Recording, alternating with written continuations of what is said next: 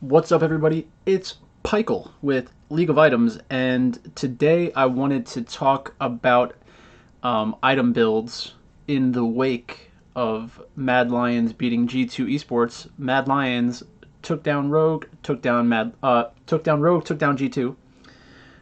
So they're looking pretty powerful. Not super surprising that they are playing well because of the talent on their team, but beating Rogue and G2 back to back is definitely, very impressive. And a little bit different from what we saw from them during the split. But the point of this video is about items. And I wanted to take a look at the items Reckless was building. Reckless was building on Karma today. So obviously, the elephant or the LS-iphant in the room is LS.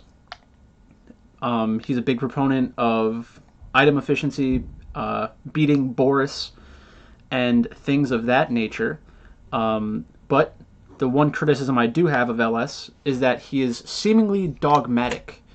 So what that means is once LS finds something that he thinks is the best, he will drive that point home relentlessly without giving it, well, I'm sure he does give a lot of the context needed to satisfy all the conditions to make the items work the way that they're supposed to, and I know that's how he would also intend on having a team build it if he were the coach. But the problem is that once you, it's like the telephone game. Once it gets one or two people removed, and you're just copying other people without understanding the process behind it or the theory behind it, you start becoming dogmatic. And dogma is like an unchanging belief. That's a simple way to think of it. And there's a really great quote by Milton. Let me see if I can find it real quick about a streaming fountain. It's one of my favorite quotes. So this is from John Milton, the author. He says, "Truth is compared in Scripture to a streaming fountain.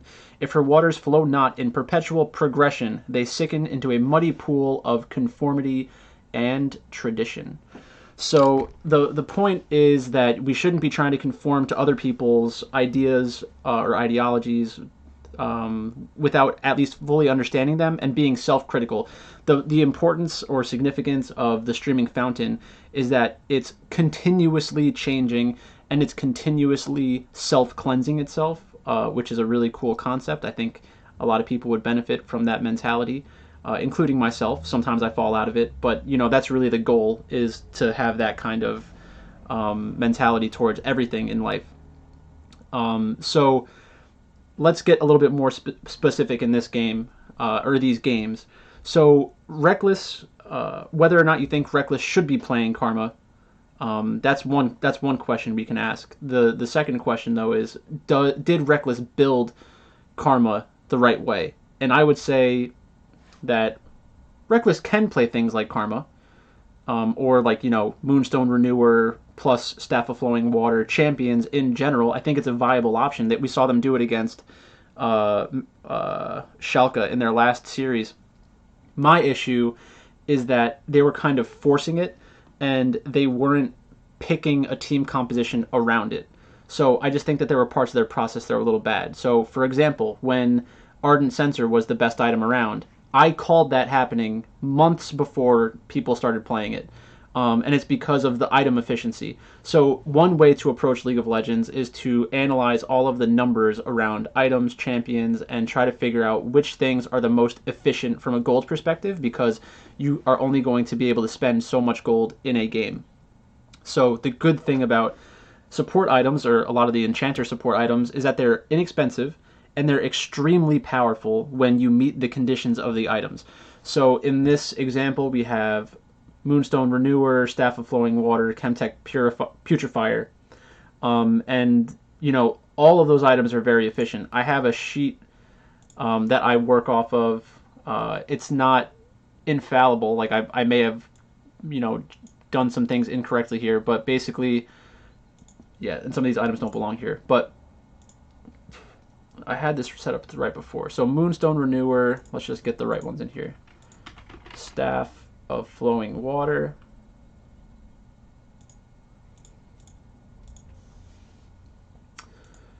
Staff of Flowing Water, Imperial Mandate, Moonstone Renewer, Shirelia's, Zeke's, Ardent Sensor, Mikhail's, Redemption, Locket, Chemtech Putrefier.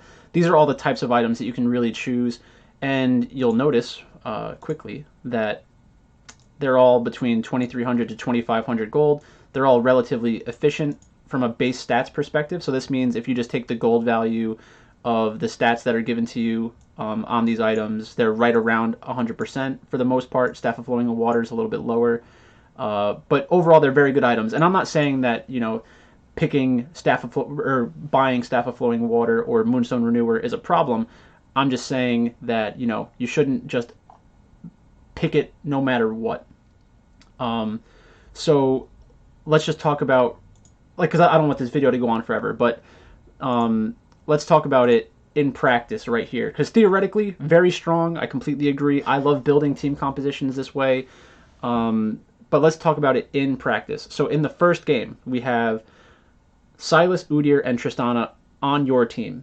Tristana is going to be really the only player doing a lot of damage in the late game. Like, yes, Udyr can do damage and can set up good plays, but Udyr isn't going to be a consistent damage threat during a team fight. Same thing with Sylas. Sylas can burst a champion down and is annoying in long extended team fights. But when you're going up against a Jinx that has Orianna and Rel helping peel for it, it's going to be a lot more difficult to actually stick to Carzzy, pop GA, kill them a second time, while you have Olaf running into the back line, Gnar doing a decent amount of percent health damage, and just providing a lot of CC for the team. So in this spot, we have a very efficient item like Moonstone Renewer in late game team fights. But Moonstone Renewer, if you're not generating a lot of health in an extended team fight, then you're not getting the value that you need out of that item to justify the purchase. You'd probably be better off building just straight AP and helping deal damage to the Jinx or something like that. Theoretically, Moonstone Renewer could have worked in this situation if they had a different top laner or a different jungler. Staff of Flowing Water gives you movement speed and ability power. Does Sylas use ability power? Yes, but Sylas is going to be trying to do burst damage to these other champions. Is that going to be good enough? Can you justify picking Staff of Flowing Water just because of Sylas? In my opinion, no. Can you build Staff of Flowing Water just because you have Udyr on your team? And yes, Udyr does have some AP ratio still, I believe. No, you just can't. You can't justify the purchase from that alone. And then with Tristana, does Tristana use ability power? Yes, a little bit. I'm pretty sure there's still a ratio on her E, and there's a 100% ratio on her ultimate. But in these team fights, you're not going to go from a you're not going to be that much more powerful as Tristana because you have Staff of Flowing Water on you. It's just not the case. You'd be better off having other items. So the last thing would be the Chemtech Putrefier. Is it helpful that you can put it onto everyone on your team and use the healing reduction against the enemy team? Yes, that's beneficial. But again, you have a burst champion in the top lane, and then you have an extended teamfight champion, you have your late game carry in Tristana, and then you have not much else in regards to damage. So how are these team fights going to occur where you're able to utilize all the value that you're supposed to bring from your items? It's just a really difficult way to play around the items that were built. So and then in the second game it was even worse. So let's ask the same exact questions. Staff of Flowing Water, Moonstone Renewer, and Chemtech Putrefier. Does that justify picking Gragas? No. Gragas just not a very... I don't like Gragas. There are a lot of champions in League of Legends that see a lot of professional play that I'm just not a big fan of. Not a huge fan of Gragas. I'm not a huge fan of Victor. I'm not a huge fan of Jhin. Those are just champions that when I see them picked, I just kind of facepalm. I just don't like them.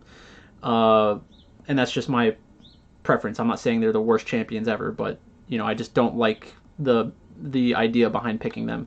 Then we have a Trundle. Trundle's a fine champion. I know that a lot of people aren't used to seeing Trundle being picked right now, but Trundle's a pretty good champion overall. Against that team composition, probably not the best because you don't really have ultimate targets. Trundle, I think, still does have an AP ratio on his ultimate where it's like a 100% ratio, but you're not going to pick Trundle because you have a Karma that's going to build Staff of Flowing Water. Like, there are other champions that you could pick that would be probably better. And then same thing with Lucian. I think Lucian has an AP ratio on his W, and maybe he has some AP ratio on his ultimate, but really it's Staff of Flowing Water is not that good for Lucian.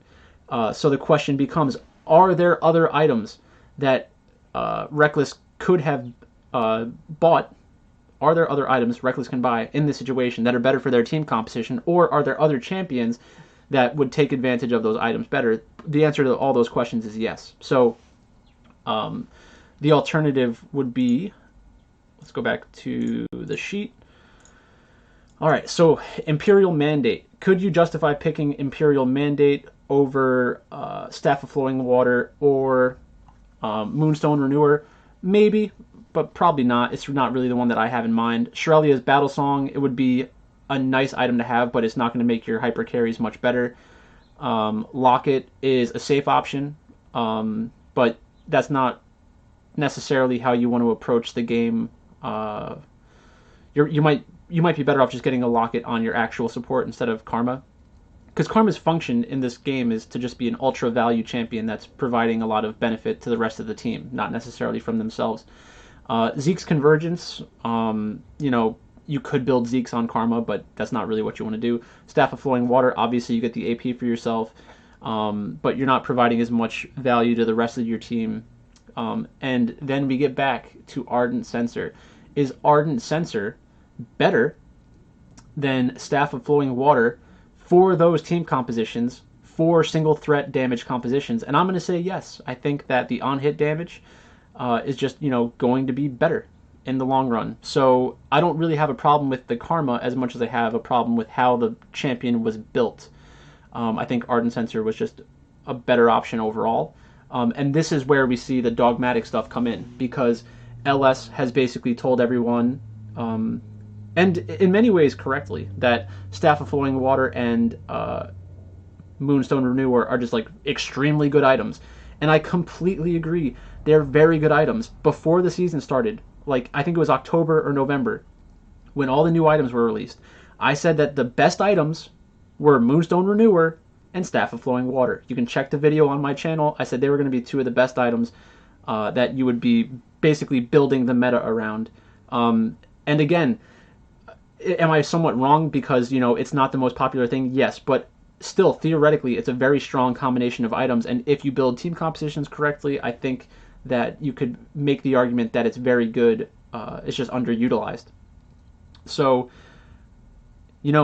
people get into this spot in solo queue and professional play where they basically just pick the same champion, build the same items, and don't think about it.